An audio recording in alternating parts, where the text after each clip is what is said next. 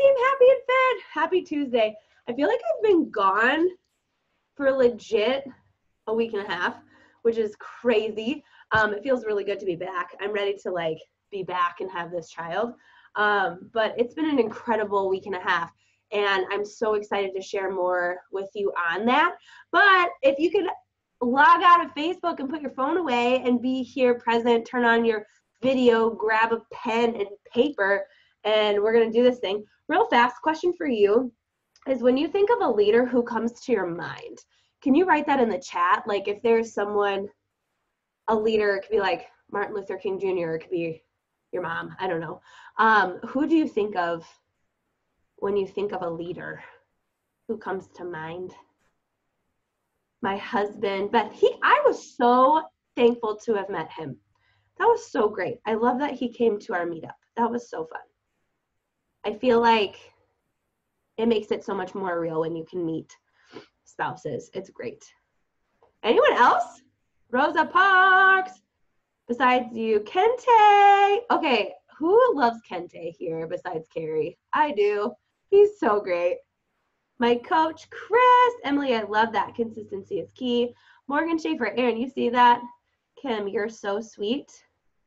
Amanda, Lauren, Trina. My mom, she's a beast. Lacey, that does not surprise me. Kristen, Kara, I love that. So I read somewhere, why don't we think of ourselves? We can think of all of these people. Why do we not think of ourselves? And this kind of makes me think too, like, Lauren and Kim are going to share some takeaways when we went to Chicago, but it's specifically, Lauren and Kim, I don't know if you remember this, but our photographer, her name was Lauren. She goes, sorry, I'm bossy. She apologized. And I'm like, first of all, no men, I've never heard a man apologize for being directed, or direct.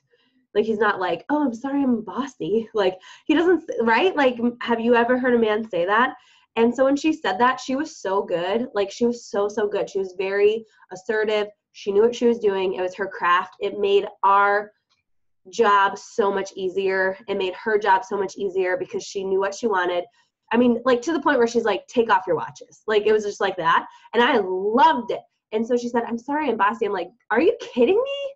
You are the boss. Like, you're not bossy just because you're assertive.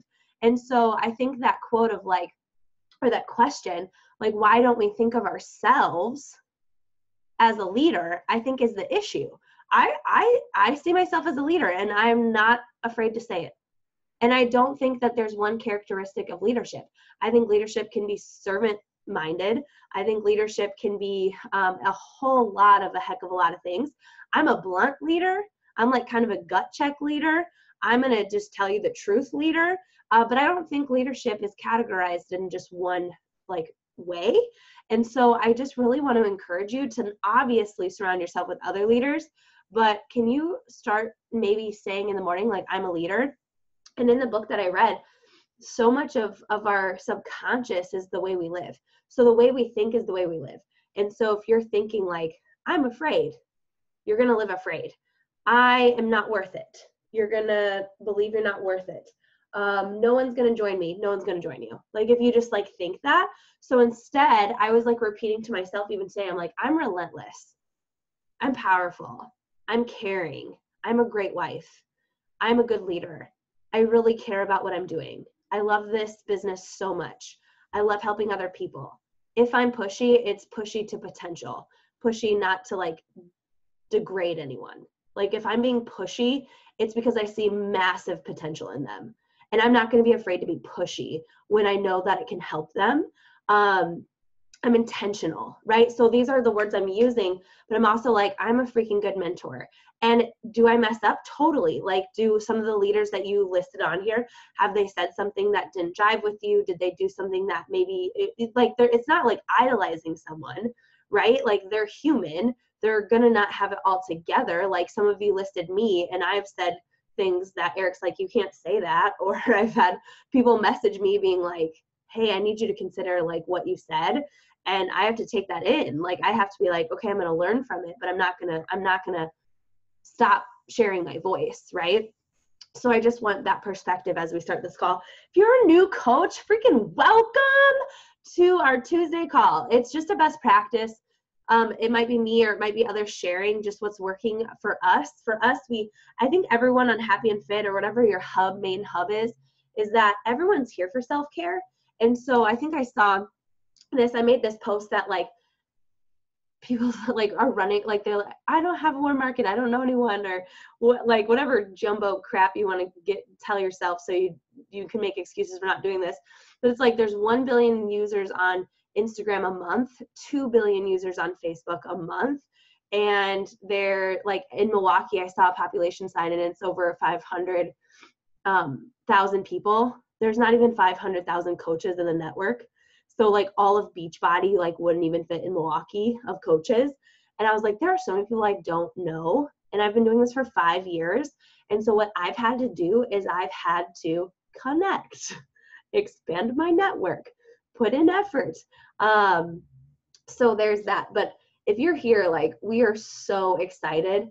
And specifically, like there's pieces of this that we're like, hey, awesome, we're all here for self-care. But a lot of us are also here to do something more with this because we believe we're made for more. We believe that I feel like this is such a gift that doesn't have to end with us. It's a gift we can give other people. I just think if I wouldn't have gone for it, none of us would be here right now. If your coach wouldn't have gone for it, you wouldn't be here right now. If Trina didn't go for it, we wouldn't be here now. Like, it's just so crazy, like the decisions people make to just go for it, despite fear, despite doubt, despite ... So welcome. Okay, so on Wednesday, Lauren, Kim, and I and some others flew into Chicago, which was so epic. And the reason we were there is Trina Gray, who's our mentor, my mentor. Man, you guys, I just wanted to be in the room with her. Like when I first heard her on the Rock the Business call, honestly, that's how I heard of her. And I was like, I need to be around her. Like the way she thinks, the way she is, I want a business like that. I want to be like her. Like that's just kind of like how I thought of it. And so I was like, how can I be in the room with her? I'm going to do this thing. And so I just love that this business is so much more than fitness and nutrition and finances. It's also linking arms with really incredible, powerful people. Powerful in a good way. You know what I mean? Like powerful in the sense of like mindset. Like Trina, I've never heard Trina complain about like getting a no. Or I've never, like some of the things I see coaches complain about, Trina's never complained like that. She's really quote unquote busy, but she's never let that be a reason not to. Like she's like, I don't know. So it's just a different mentality. And I wanted to be around that mentality. And so this trip was for elite and premier coaches. And I think I've had conversations with Lauren and Kim and others where sometimes where it's like, do you think people on our teams feel weird about us going on those trips? Because those are team effort goals. But my philosophy is no, because you decided to go for it. It's open to anyone. Anyone can do it. I think what we do is we champion each other, and it's not about using each other. My cough is so gnarly, sorry. I have to like talk quiet, which is hard. And I just think like anyone can do it. They just decided to. So it was pretty awesome to have Lauren and Kim there. This was my 3rd year, Kim's 2nd year, and Lauren's 1st year. I'm about to cough. Lauren, would you share some takeaways of Chicago? Yes. First of all, yeah, this was my 1st year going. And to be honest, I was a little nervous about it just because I think it was me and Darla's 1st year and everyone else had been there before. I guess, and Danny too. But I was a little nervous because, you know, new seat at the table. Am I really at the same level as a lot of these ladies that have been paving the way for such a long time? And I just have to say, as soon as we got there, like all of those fears, all of those beliefs in my head started to go away. And I just have to be really honest, and maybe you guys saw me post about this, but I felt like a complete fraud for being there because this year I've been struggling with like a mental battle and like just having self-limiting beliefs and having a hard time pushing forward. But I have to tell you something. Every person in that room has gone through some type of self-limiting belief every single year of their coaching journey. And I want you to think about that and think, man, they still made it happen. And the difference between, I don't want to like say this in like a obnoxious, arrogant type of way, but they got their seat at that table because no matter how hard it was or how much limiting belief they had, they decided to lean in and keep pushing for it and find a way to make it happen.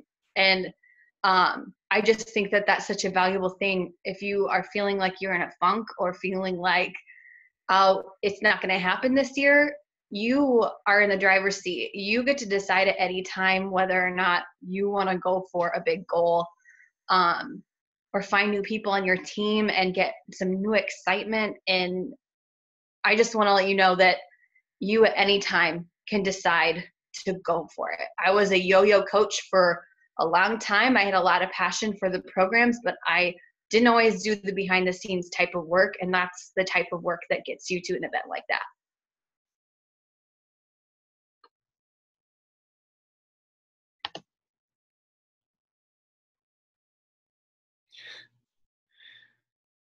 Do you want me just to go, or are you going to have a coffee? Okay. Ditto to everything Lauren said. This is my second year going, and last year I remember driving into Chicago in my little Vibe up to the Ritz-Carlton. So if you know what a Vibe is, it's like this little hatchback, like chick car, soccer mom, like it's 2006. It's not fancy.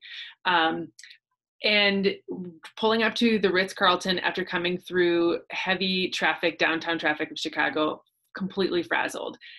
Also feeling very unworthy of being there, of where I was at. Didn't feel like what the crap am I going to walk into? I'm going to walk into a room with Trina Gray. Like Julianne was really the only one I knew, right? And so like feeling so overwhelmed this year, but then again, opening the door, like welcome to all arms, like it was an amazing experience. This year, I felt a little bit of the same in knowing that there are going to be other people there. And Lauren was very, very right. Everyone at the table has had or is going through a feeling of unworthiness, of doubt, of self-limiting beliefs. And not every season of your journey, of your coaching career, is going to be all sunshine and roses and unicorns and beautiful flowers. It's going to be hard sometimes, and we all go through those stints. But it also just goes to show that events like this, when you hustle for it, when you work for it, when you decide that you're worthy of it and you do go for it and you do achieve the level of leadership that you desire, that you do get a seat at the table and you've earned it. Whether everything holds in place or not, whether you feel like you're always at that point of the table, you have earned it and you do deserve that honor. When I was at the table this year, it was a safe place for me to be open and vulnerable and to be lifted up. And sometimes leadership can be a lonely spot if you choose to let it be that way. And being in a position where you are with people who get it, and you are with people who encourage you and want you there and want you to support you and be encouraged. It's no different at this level than it is at this level than it is at this level. This community is going to support you in every way possible. There's just experiences that you've had, and you know this from the rest of your life as well, that when you go through something hard, you get most filled up with people that have gone through the same hard. So Lauren finds deep connection with people who have been twin moms who also have had infant loss. Julianne has great connection with people who have a TTC journey. Other people, Jess, I see you on the screen, you have a deep connection with people with Hashimoto's. Like each of you have something in your life that is something that's been hard that you've gone through and you've worked through it. And this is on the other end of it. This is on the end of like other people who have hustled so hard to get where you're going, and they get where you're at and they can help you keep there. There is just something different about earning the seat at the table and being a part of that community and then being filled up in a different kind of way. I have always felt so accepted and so encouraged in different ways. It's a safe place to be vulnerable in leadership, and it's a great place to be filled up and collaborate with these women to come back and serve you better. So it's just, when you level up in leadership and you move forward in a different way, you find new ways to be filled up. And these kinds of trips, whether it's reward trips or just on a Zoom with these kind of getting yourself to that seat at the table, is worth it. It's worth all the hard work. Yeah, and I feel like it kind of starts with that of like, it starts getting on Zooms. Like, I just wanted to be a part of whatever people who are moving forward. I just wanted to get their time. I wanted to get their best practices. So that's why I made Zooms non-negotiable. Then it was live events. Like the Team Rockstar Fit Day at Summit, I had to get there. I was so nervous to get there. But listening to the people who earned that, I was like, oh my gosh, like I've got to hear from them. And then it just kind of went from then there was like a diamond retreat, and I was like, I'm not diamond, but I'm going to get there. Like, it was like relentless belief that I was like, I have got to get there.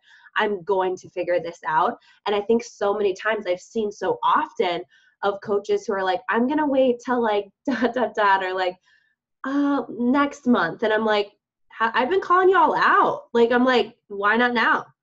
Like, if you're going to wait, that means you're not going to do. And so anytime we make those excuses, right? And they are. And that's actually one of my top takeaways. It was something that Darla said. Darla Henney, she's hilarious. And she was saying, we were talking about excuses. And I think the biggest thing too is like, when we were just hanging out, it was so much fun. Like, we weren't just talking business. That's the fun thing about these kinds of trips, is like, you're just talking life, you're talking kids, family, I don't know, you're just talking a bunch of things, but it's never negative. Like, it's never why we can't. It's just so empowering. But something that Darla said, basically we were just trying to hash out some things. Like, I was telling Kim, I hope it's okay to share this, where I was like, you're not, like, you were never overwhelmed in the sense of hating your job. When you first started coaching, you had no intentions of leaving your job. You loved the hard work and you loved the grind. And you don't want to attract people that don't like the grind and that are going to make excuses to not grind. Like, you want to attract the person who's grinding, but they're not seeing their family. And then coaching allowed you to realize that you could grind and still work hard and see your family. And so that's the shift for you of like, oh, I can still work really, really hard because I love being creative. I love creating systems. I love pouring into ambition and dreaming, but it can still allow me flexibility to be with my family and also not have a cap on finances. Like, that's pretty awesome. And so Darla said, you know what? I had excuses, but I thought they were legitimate reasons.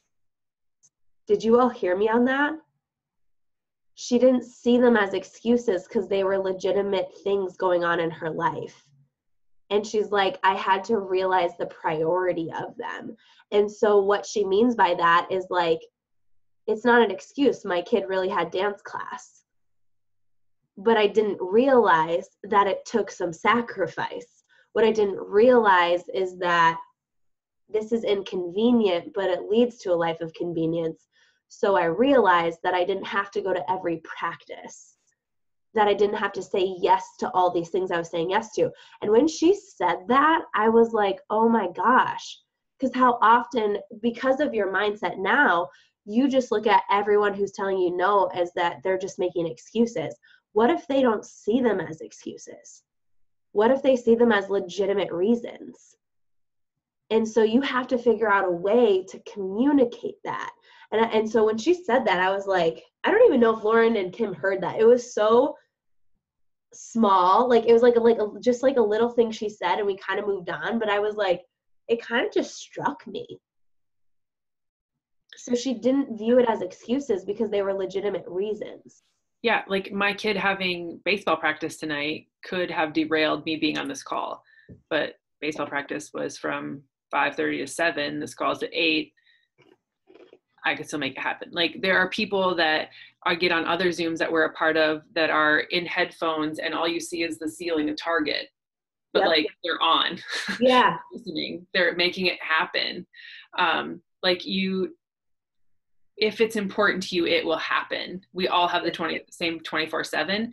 and what I caught from what Darla said was that in the beginning, she was using legit reasons as her excuses, and then flipped it because this became more of a priority in her life so that she could be where she needed to be. And if anybody watched her story today, she was able to go to her child's end of the year party. And on Thursday, I get to go spend time with my child at their end of the year party because I've made the choices to do what I needed to do in order to be where I want to be. And how long have you been coaching though? 4 years. Right. I think that's like important to hear, like where it's like that takes time to get to that. Another thing that Darla said too is that the thing that switched, Darla's been coaching 6 years and she just hit elite for the first time. Just some perspective, I've been coaching 5 years and I've hit elite 3 times. There's no time frame in this.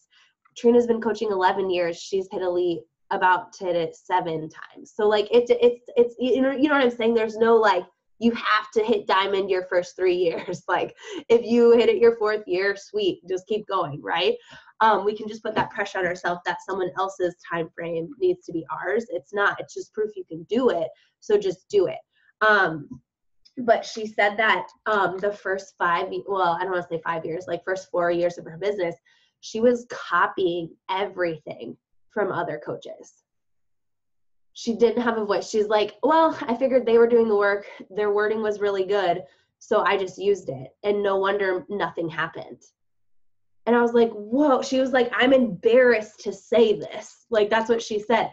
And then once she just decided to own her own voice and share her own story, that is when a major shift of who she attracted joined her and how her business grew.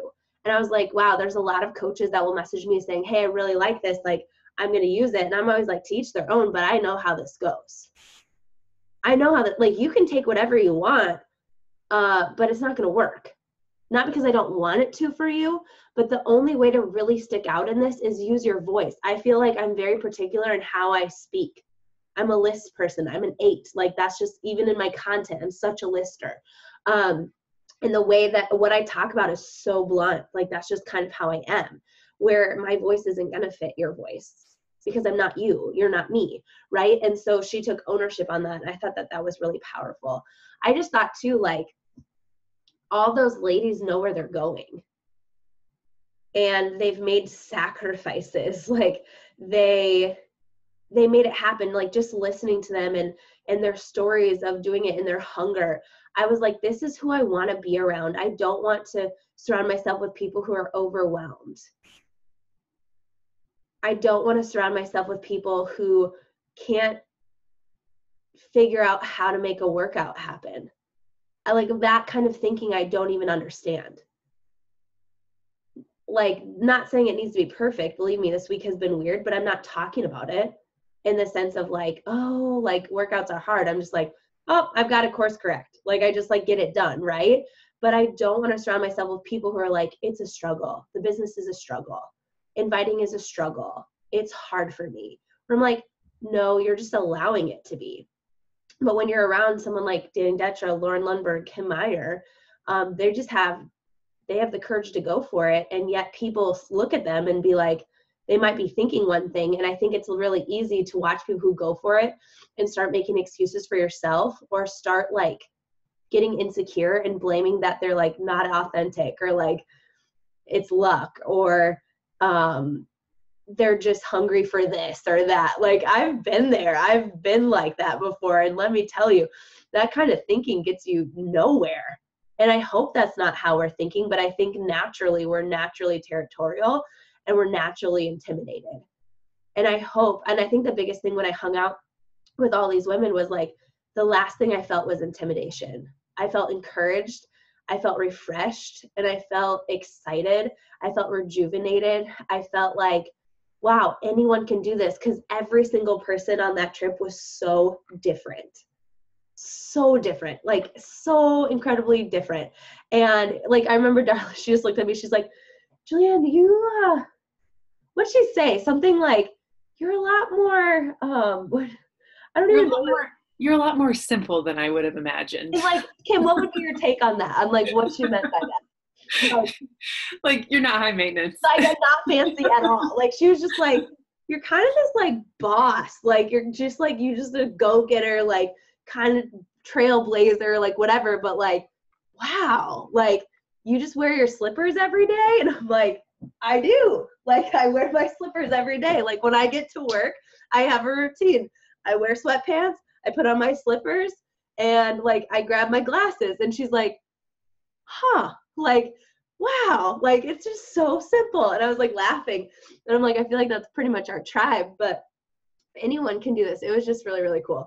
So anyway, that was Chicago. It was incredible. Then I went up to Milwaukee, and a couple of things on that is that's how Happy and Fit started. And so if there's anything, a best practice you can take from this is that I legitimately posted on Facebook one day, hey, I'm going to work out. I would love for someone to join me, or whatever I said. And I remember Liz Colborn and Desiree Algie said, hey, I want to come. And then they did. And they both ended up becoming coaches, not that first workout, but later on. Cody is another person who came to those workouts. And so I just had a fit club, quote unquote, every day. I'm not really into asking for permission. So I'm kind of the philosophy of like, ask for forgiveness type of person, where like, I didn't worry about if my school is going to care about that. I didn't worry about like, yeah, if you want someone to work out with you, have them work out with you. But I think people get so technical about this of like, are they allowed to? Like, whatever. I'm like, just do it. I don't know. This is probably the worst advice ever since it's recorded and going to be uploaded to YouTube. But that's how Happy and Fit got started. I just wasn't worried about it. I just did it. And so I would have like a fit club. If I was like, oh, I'm going to work out anyway, I might as well invite people to do it with me. And then we would have team meetups, and we would hang out, and we would just collaborate and play, have game night. We would go places, do things. It would be real chill. We wouldn't necessarily like go to a workout class or anything like that, but we just really built a local team, and that's how Happy and Fit started. So going to Milwaukee and having the meetup, I think there were like 30 people there, including kids. And I was just in awe. I was like, this reminds me of like how we got started. And it's just such a simple best practice, but that is what built this team in the beginning. And so I just really encourage all of you of like, throw that out there, like invite people to work out with you, hang out with people. And it's just cool because like Laura Dargarian, like she joined this because she saw these team calls, but we lived in the same complex at the time. And I was like, do you want to work out together? And we just started working out together. And she's like, I've got to be a part of this. And so it just is like, it just shows you that best practice is so simple, but like so amazing. And I just felt like the workout spoke for themselves. The lifestyle spoke for itself. And there's that. So that was really incredible. Anyone who went to the team meetup want to talk about what you loved about it, or like what reaffirmed you making this decision to be a coach? I know that Carrie was there. Beth was there. I'm just looking at my screen. Caitlin, you were there. Do any of you ladies want to share anything? That I'm only on the one screen. I think that there's more. You can type it in the chat too if you want to. Kente, you want to share? It was so good to see you. I can just share a little bit. Yeah. Anytime you go and get to meet all of these people that you see online in person, it just makes it that much more real. And for me, and hopefully I'm not the only person that does this, but it just really, I feel it in my heart, like when you get to with people one-on-one and face-to-face and actually, you know, get to be in a space with them, it just kind of reaffirms exactly why you're there. And getting to know everyone better. I mean, we're all on this journey for ourselves, but we're definitely not alone. Like, we have this whole community, and it just makes it that much more real. I love that. Caitlin said it's nice to just walk in and not have any pressure to look or act a certain way. You just act yourself, 100%. And I think too, where it's like, I don't even think any of us talked really about coaching. Now that I think about it, we all just kind of hung out, and it was a blast. Like, it was just so cool. And I just think it just shows like we're a family. Carrie, Kente, what do you got? Yeah, I just wanted to say since day one, I can tell that this group of women is very unique. And I'll say, if it's one word to kind of sum up, no matter if it's a get together, whether it's summit, whether it's a workout, it's always empowering to be around this group. So that's one thing from seeing it through the lens of my wife and actually seeing it live when I go to any meetup or event. That's the number one thing I notice immediately. It doesn't matter if you're at the beginning of the journey, the middle of the journey, or been doing this for years. It's something I can pick up and notice right away that each of you women are very empowering to each other, and that's just something everyone should be a part of. And I'm happy it's part of fitness that they're empowering each other. Like you mentioned, Julianne, it wasn't a lot of coaching discussions going on during meetup. It was just empowering each other about life and what's going on. So that was pretty cool.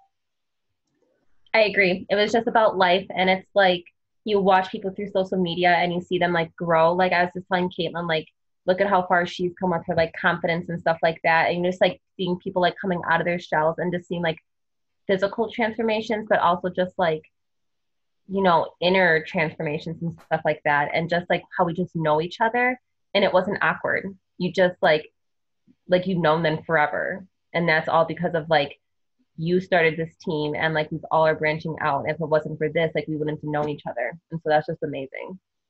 Okay. Kente and Carrie for president. Gosh, that spoke to my soul. And you know what? What? Oh, Eric's like, Kente, can we meet? He just like yelled that from downstairs. Yes. I think too, like for me, Happy&Fit was just starting in Milwaukee. And so my first summit, it was Lauren and me. And Lauren was in Iowa. So it wasn't just anyone from my local town. And so I was like, I've got to get to Summit. I've got to meet someone from Team Rockstar Fit or Team Fit and Free, and then do that. And then Lauren and I like had a blast our first summit. And I remember just like sitting in the seats being like, this is so much bigger than us. Like it just like lit this fire of like, why not me? And then the next year we got a house in Nashville. I think there were like 12 of us or something like that, you know, and I'm meeting these people for the first time, but it's because I chose to be in places that you all would be at. Like I made an effort to get to these places. I would have never met Nikki Touch if it wasn't for Summit, right? And so I'm just thinking about like, we have to make the effort. It's not just going to happen. And that kind of goes in hand in this business, that like you can wish for it, but if you're not willing to work for it, it's not going to happen. Like you can wish to hit Success Club. You can wish to grow a business. A lot of you say, you know, you want more choices in life financially, but if you're just going to like hope for it, it's just not going to happen. Like you have to make the effort to go, whether it's just like go in your mind and take action in your business, of creating and making these vital behaviors not an impossible or struggle. I swear the verbiage we use to ourselves, if you think the vital behaviors are a struggle, they're going to be a struggle. And for me, it's like, it's brushing my teeth, not flossing. It's not like flossing. It's not like flossing, you all. It's like brushing your teeth. If you know me, I struggle. Jill knows. It's right here. It reminds me. It looks at me every day. Like, Jillian, just freaking floss. Nikki, I'm sorry. But where it's like, I'm not going to make these things so impossible, because what I'm saying and what I'm hearing, what I'm learning is that this business is so simple. Why do we overcomplicate this? Why do we think we have to be farther along? Why do we feel like we have to be perfect? No one follows perfect people. Leaders, a job requirement of a leader isn't perfection. It's not perfection. It's someone that's just willing to go, willing to do. And so on the flip side, not just working your business, also connecting. Kente and Carrie just said, like, this is so real. Beth just said, like, oh my gosh, like being with everybody makes this more real, where you have to make the effort to go. Caitlin's saying, like, you don't have to be a certain way to go. I still got nervous walking to Lakefront Brewery. It's out of my comfort zone, even though I love you all. It has nothing to do with you. It has something to do with me, because I'm naturally like an outgoing introvert. I'm a homebody, right? Where I'm like, this is uncomfortable. And then I get there and I'm like, this is where I need to be. And so I had to get over Summit being 25,000 people. Freaked me the out. Ask Eric, like, as we were like walking, and I'm like, oh my gosh, there's so many people. Why do they all have shaker cups? This is weird. And I got over it. And that was the summit where I realized, what the heck? Everything all these people are saying on stage, I'm doing. I don't even need to know it all. I drink my Shaco every day. I listen to PD every day. I'm connecting with people every day. What? Why not me?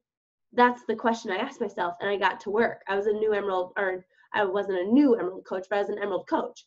I was like, I'm going to go Diamond. It was a decision. So I got to work. I wasn't like, oh, I'm going to go Diamond. It's going to happen. No. I had to like put in the work. Like I had to actually invite to the team. And then I got over it and I got better at it. And then that's how it all started, right? So I think that you have to put yourself in the place you want to be.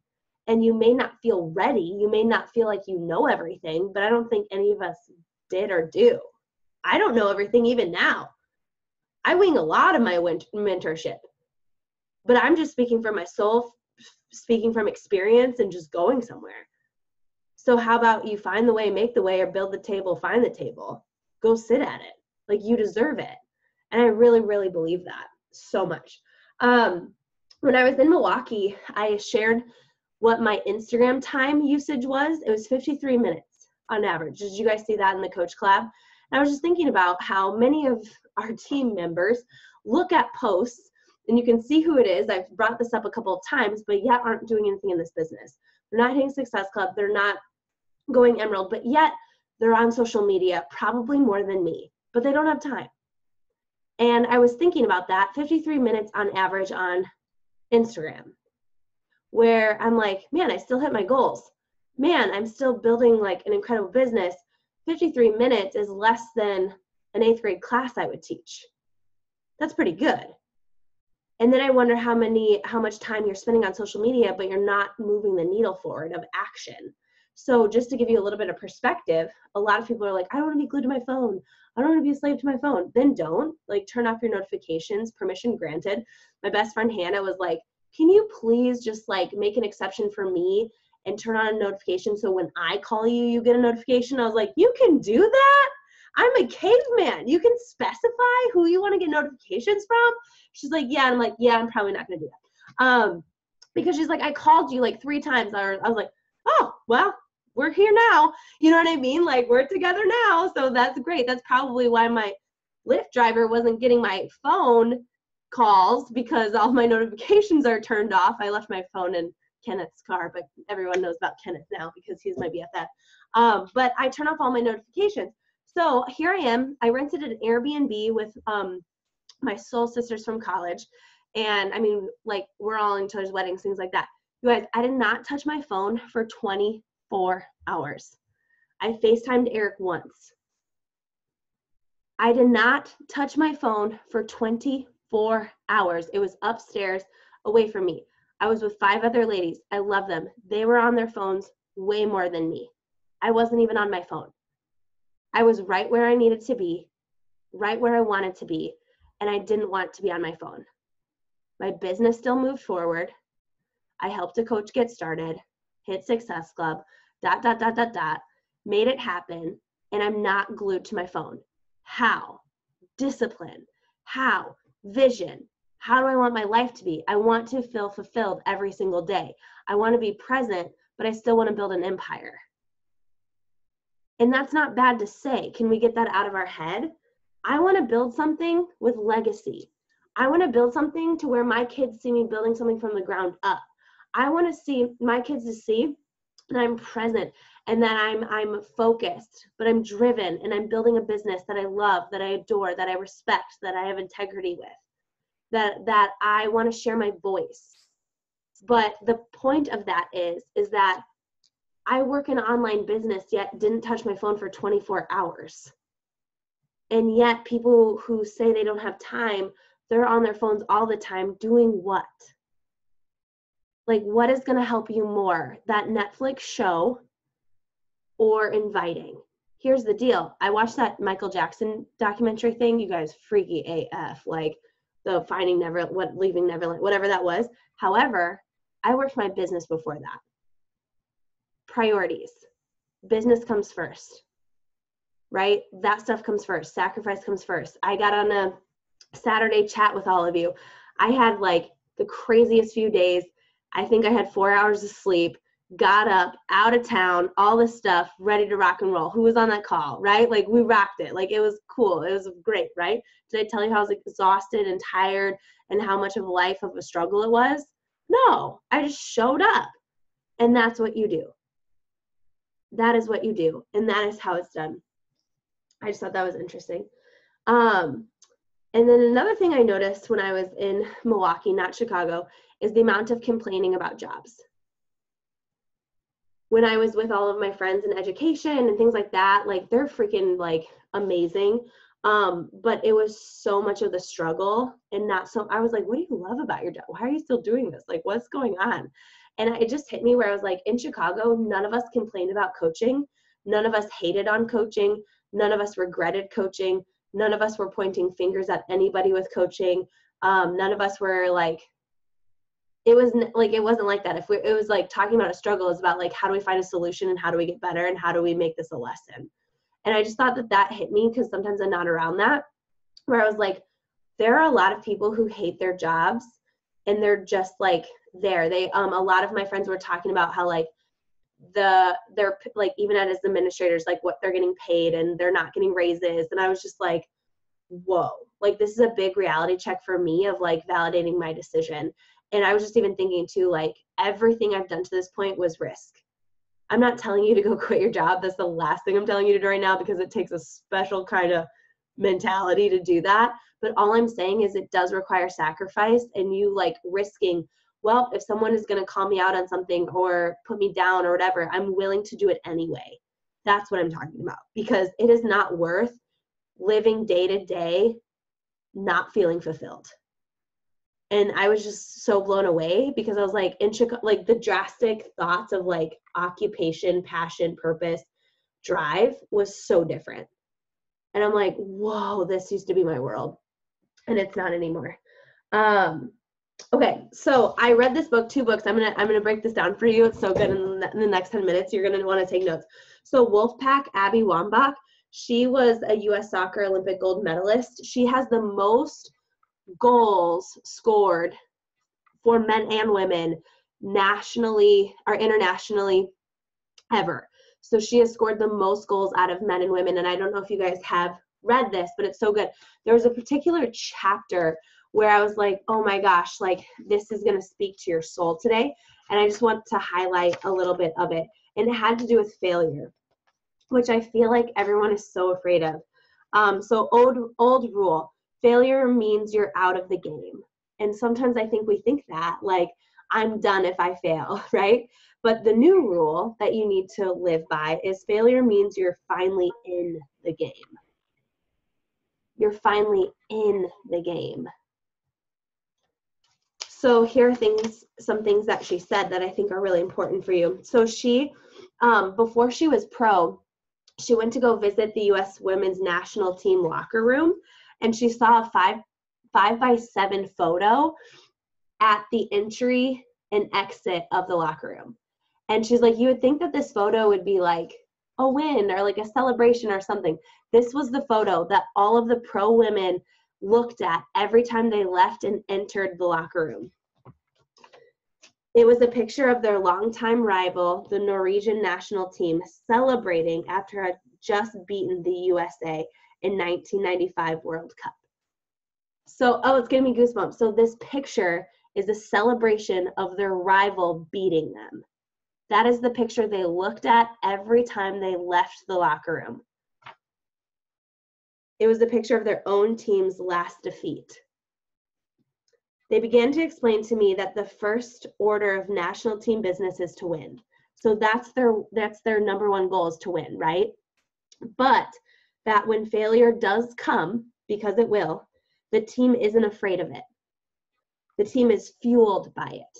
So they looked at failure every single day, knowing that they were going to be fueled by when failure does happen. And I was like, how many of us, first of all, aren't looking at failure like that? And we're so afraid because of failure, so we don't do anything about it. I can pump you up all day long, but if you don't apply anything from these freaking calls, I can't do, like, there's no more I can do. It's really in your court. Like, are you in the game or are you out of the game? It's your choice. The team never denies its last failure. We don't reject it. We don't accept it as proof that we aren't worthy of playing at the highest level. Instead, we insist upon remembering, because we know that the lessons of yesterday's loss become fuel for tomorrow's win. I left the table understanding that in order to become a champion on and off the field, I need to spend my life transforming my failures into my fuel. I look back and I think about all the times I failed as a coach, and it made me better. The times I word vomited, the times I didn't know how to answer people's questions, the times I didn't really know what I was saying, and my posts weren't good, they weren't getting traction, or coaches quitting and all these things. And I'm like, what is going on? Or leadership choices I made, things I've said. I just look back and be like, man, that made me. Women haven't yet accessed the power of failure. When it comes, we panic, deny it, or reject it outright. Worst case scenario, we view failure as proof that we were always unworthy imposters. Men have been allowed to fail and keep playing forever. Why do we let failure take us out of the game? Perfection is not a prerequisite of leadership. I shared that quote with you before this in my own words. I didn't realize it was from this chapter. Women must stop accepting failure as our own destruction and start using failure as our fuel. Failure is not something to be ashamed of, nor is it proof of unworthiness. Did you hear that? It's not proof of unworthiness. It doesn't mean you're unworthy. Failure is something to be powered by. Imagine if you were to look at failure like that every single day. You all would be crushing it in 10xing it, me and myself as well. Let's stop worrying, what if I fail? Instead, let's promise ourselves, when I fail, I'll stick around. How many coaches are stick shift coaches? Oh, when they're on, they're on. When they're crushing like 10 days a row in a workout, they're on. They're sharing it every day. They're posting it every day. Then they get off track for 5 days. Where they go? Where they at? This happened to a coach many coaches I've mentored. They'll add like 5 or 6 coaches. They're a coach away from Diamond. Next week, 5 of them go inactive. They out. They're gone. One time I heard Trina say this. Someone came on a call and she's like, Trina, one of my coaches added 8 coaches. Do you want to know Trina's response? This is why I need to be around Trina. Trina goes, come back to me when 5 of those coaches quit and see if she's still here. She wasn't like, great, awesome, she's nailing it, she's crushing it. That was Trina's response to that coach. Hey, when those coaches go inactive, some of them, let me know. I don't even know who that person was. I don't even know if they're still here. But that was her response. Because it's more about you sticking around no matter what. So many of us that actually, every single one of us are where you maybe want to be. It's not because everyone just crushed it. It was so easy. Things just came natural. It was because we stuck around. It's because we kept trying. We kept innovating. We kept becoming resourceful. We kept applying. We kept trusting. I swear, it's like the one day you don't want to show up. It's like that day that you do. Kaylin Green just told me, she said, Julianne, for the first time ever, someone messaged me and they're like, I want to become a coach. She's been coaching for 3.5 years. Imagine if she would have stopped a year ago, 10 days ago. That wouldn't have happened, right? Stick around. I thought that was just so incredible. The world needs to see women take risks, fail big, and insist on their right to stick around and try again and again and again. A champion never allows a short-term failure to take her out of the long-term game. Oh, that's good. A woman who doesn't give up can never lose. Isn't that good? Y'all got to get that book. So that's the book I read in like 30 minutes on the plane. And then I got this book, and I'm going to share this. This is how we're going to end. This is so good. Unf yourself. So good. Get out of your head and into your life. This chapter is, you have the life you're willing to put up with. And when he wrote that, I was like, whoo, that's blunt. Like, that's like straight up, right? Do you hate your job? Are you in a bad relationship? Is there something wrong with your health? Fine, get a new job. In the relationship, change your diet and exercise, or locate the kind of help you need. Seems simple, doesn't it? Even when it comes to things you seemingly had no say in, like the death of a loved one or losing your business, you have a massive say in the ways you live your life in the aftermath of those events. Who needed to hear that? How many of us are blaming our circumstances or our past of like why we can't? He's saying, oh no, you have massive say in the ways you live your life in the aftermath of those events. That hit me. If you're not willing to take the actions to change your situation, in other words, if you are willing to put up with your situation, then whether you like it or not, that is the life you have chosen. So for coaches who say like, oh, I can't because of this, and I'm like, that's the life you've chosen, right? Before you think but or start to get off your get your knickers in a twist, he's Scottish. Let me say one more thing. By defending your circumstances as they are right now, you are actually making a case for being where you are. Give it up. I saw someone in a team page wrote, but I just had a baby. I need all the fuel I can get, or the pick-me-up I can get. It might be someone on this call. I don't even know. I'm just being blunt right now. I saw that, and I was just like, by defending your circumstances as they are right now, you're actually making a case for being where you are. Give it up. Just like, that might have been too blunt for me, but I don't know if there is such a thing, because I'm just going to say it. Am I right? Because like, I read that and I was like, oh, hell. Oh, Gary John Bishop, you just spoke to my soul, because here I am looking at my swollen feet, like, da-da-da, like, okay. By defending your circumstances as they are right now, I'm too busy. I have no money. I can't even think of other ones. Y'all are going to stop posting in the page about stuff, because I'm going to just call it out. You're actually making a case for being why you are where you are. Give it up. No buts. You can't afford them. They excess baggage on a trip that requires you to travel light. Stop blaming luck. Stop blaming other people. Stop pointing to outside influences or circumstances. Stop blaming your childhood or neighborhood. This approach is a fundamental to everything I talk about in these pages. You cannot, I repeat, you cannot dwell in and blame any blame game in your life. Even blaming yourself is completely useless. Of course, you'll face situations that you seemingly can't control. You may even face tragic circumstances like disability, disease, or death of a loved one. You are 100% responsible for what you do in your life in the aftermath of those events. Always, every time, no excuses.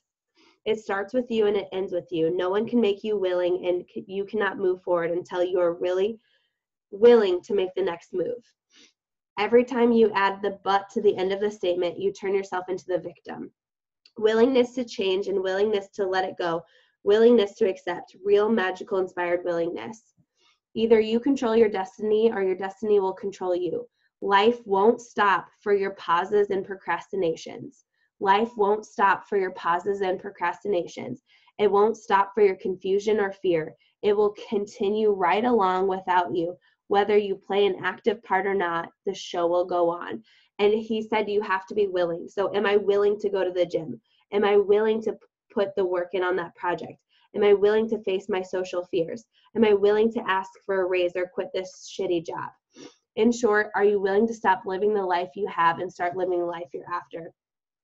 Consider that for 1 second. It does not matter what you're facing in life, which obstacle you're trying to overcome. If you are willing to generate that state of willingness, that's your doorway to making the effort, taking the steps, dealing with the setbacks, and ultimately creating the progress and change in your life that you're seeking.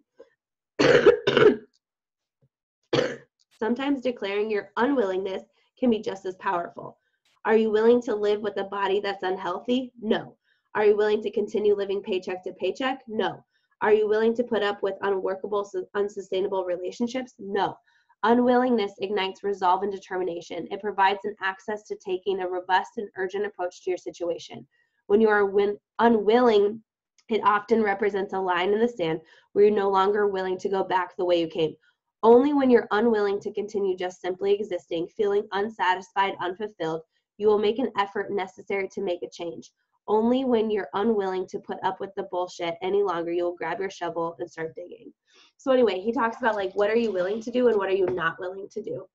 Like, I'm unwilling to live paycheck to paycheck. I'm unwilling to let someone else silence me. I'm not going to allow that. And I'm willing to put in the work. I'm willing to, right, say the hard thing. I'm willing to be blunt. I'm willing to make people feel uncomfortable because sometimes, I don't know, sometimes you just have to say what people don't want to hear, right? Like, I don't know, I just feel that way. And that chapter really, really spoke to me. So anyway, I know I was really blunt with that, but that book called me out on a lot of stuff. And I was like, oh, this is so good. So I'm going to apply that to mentoring. I'm going to apply that to leadership. It encouraged me to make certain posts that I thought about in my own story. So that's how I apply personal development. I'm so grateful you all were able to hop on today.